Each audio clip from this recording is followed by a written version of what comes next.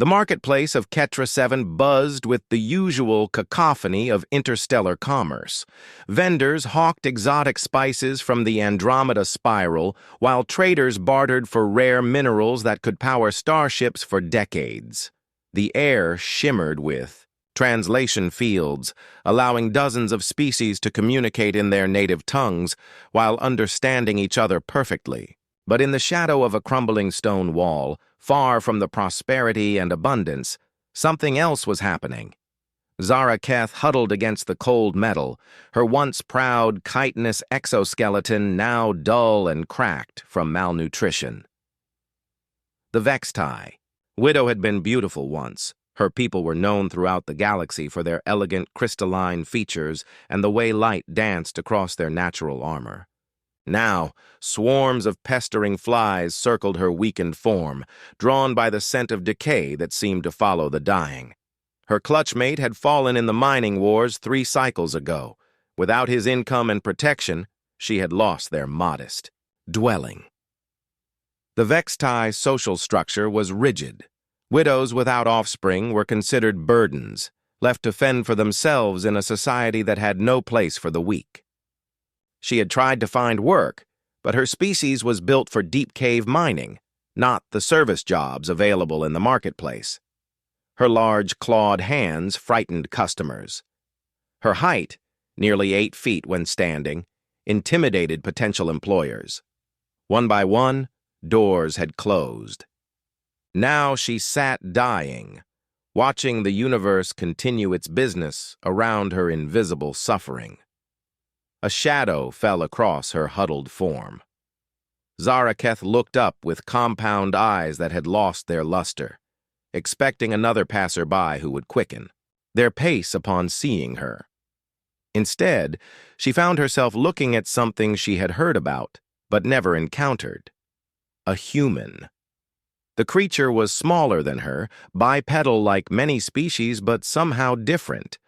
Where other races had evolved specialized features, the Zeph-High's metallic skin for radiation resistance, the Korth's multiple arms for complex manipulation, this human seemed almost ordinary.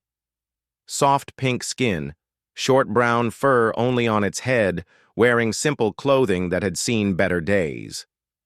Marcus Chen had been traveling the Outer Rim for months, working odd jobs to pay for passage deeper into unexplored space. He carried everything he owned in a worn backpack, including his last meal, a nutrition bar that would have to last him until he could find work on the next station. But he stopped walking when he saw her. "Hey," he said softly, crouching down to bring himself closer to her eye level. His translator rendered the words in her native clicking language. "Are you okay?" The question was absurd. Anyone could see she was dying. But something in the way he asked it, without revulsion, without the quick glance away that preceded hurried footsteps, made her compound eyes focus on him more clearly. "I am ending," she managed in the common trade tongue, her voice like crystals grinding together. "As is proper." Marcus frowned. He'd learned enough about galactic cultures to recognize the resignation in her words, the way some species simply accepted death as inevitable when society deemed them worthless. But humans, he reflected, had never been particularly good at accepting what others deemed inevitable. He reached into his pack and withdrew the nutrition bar, his last one. It wasn't much, just processed proteins and vitamins wrapped in synthetic packaging. But it was everything he had. "Here," he said, holding it out to her. Zaraketh stared at the offering, her analytical mind struggling to process what was happening. "You offer food to the dying? This serves no purpose. I cannot repay you." Marcus unwrapped the bar and placed it gently in her massive, clawed hand. Not everything needs a purpose beyond being the right thing to do. She examined the small human more carefully. His clothes were patched and worn. His pack was clearly not full of provisions. By any reasonable calculation, he needed this nutrition, more than she did. "You are not wealthy," she observed. "Nope." Marcus sat down beside her, apparently unbothered by the flies or the smell. Pretty broke, actually, but I've got 2 working hands and a stubborn streak. I'll figure something. Out. Your species, she said slowly, taking a small bite of the bar and feeling her body react to the first real nutrition it had received in days. They are known for this? Feeding the worthless? Marcus was quiet for a moment. We're known for a lot of things, good and bad.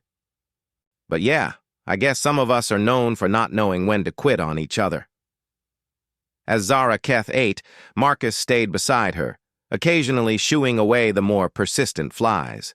Other beings passed by. Some glanced at the odd pair, but most ignored them entirely. Why? She asked when she had finished the bar. Already she felt marginally stronger. Why what? Why does your kind do this? What evolutionary advantage does it provide to aid those who cannot reciprocate? Marcus smiled, a peculiar expression that somehow conveyed warmth without showing teeth as a threat display. Maybe that's just it. Maybe not everything has to have an evolutionary advantage. Maybe some things are worth doing because they're worth doing. He stood up and offered her his hand. Come on. I saw a cargo supervisor earlier who looked like he needed workers. You've got the build for heavy lifting. Zaraketh stared at the small, soft hand extended toward her. By all galactic standards, this human was weak. He had no natural armor, no enhanced strength, no specialized adaptations.